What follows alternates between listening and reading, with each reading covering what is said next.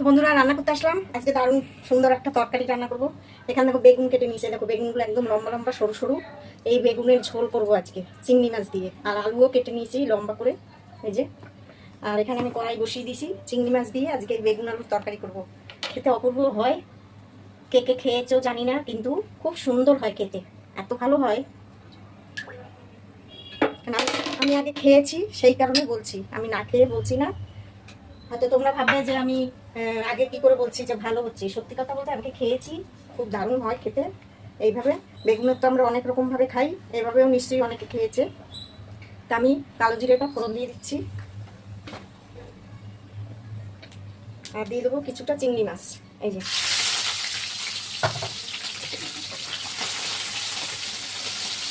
আমি বেগুন আলু চিংড়ি মাছটা একসঙ্গেই ভাজবো।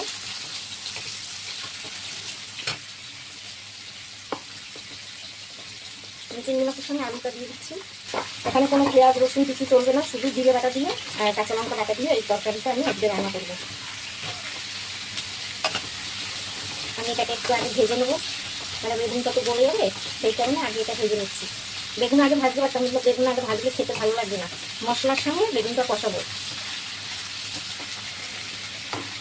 একটু ঢাকা দিয়ে দিচ্ছি। তো আমার চিংড়ি মাছ আর আলু ভাজা হয়ে গেছে, এবার আমি বেগুনটা ঢেলে দিচ্ছি।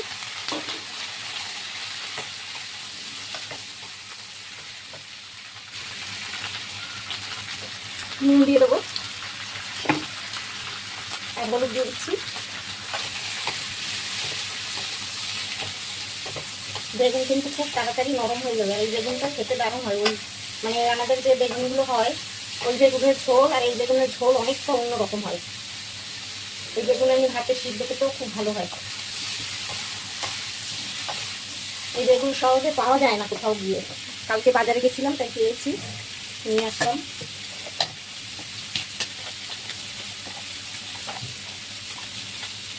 এক চামচ টমেটো বাটা দিয়ে দিলাম,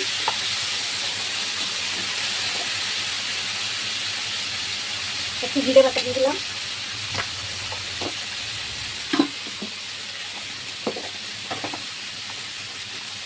কাঁচা লঙ্কা বাটা দিলাম, নাড়াচ্ছি দিলাম, 1.5 চামচ মতন দিলাম কাঁচা লঙ্কা বাটা।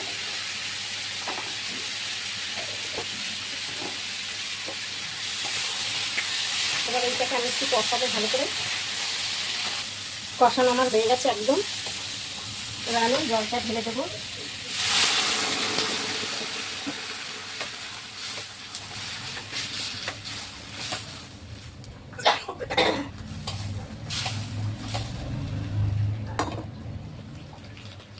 হালকা একটু মিষ্টি দেবো, এইটুকু মিষ্টি দেবো।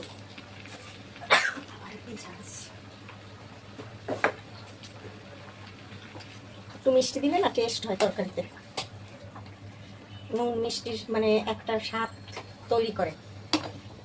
এবার আমি একটু ঢেকে দেবো। বেগুন আলুর ঝোলটা আমার একদম হয়ে গেছে, দেখো নামিয়ে দেবো এবারে। এটা নিরামিষও খুব ভালো হয় বড়ি ধনে পাতা দিয়ে। আমি একটু চিংড়ি মাছ দিয়ে করলাম যাতে আরও একটু টেস্ট হয় বেশি ভালো করে। তাহলে এটা আমি নামিয়ে দিচ্ছি। কেমন হয়েছে আমার তরকারিটা কমেন্টে জানাবে, ঠিক আছে? তরকারিটা এবার ঢালবো। তো এই হলো আমার বেগুন আলুর ঝোল। কেমন হয়েছে কমেন্টে জানাবে, ঠিক আছে? আর ভিডিওটাকে একটু শেয়ার করে দেবে, লাইক কমেন্ট করে দেবে। তোমরা আমার পাশে থাকবে এইভাবে, ঠিক আছে? রাখছি, আবার দেখা হবে।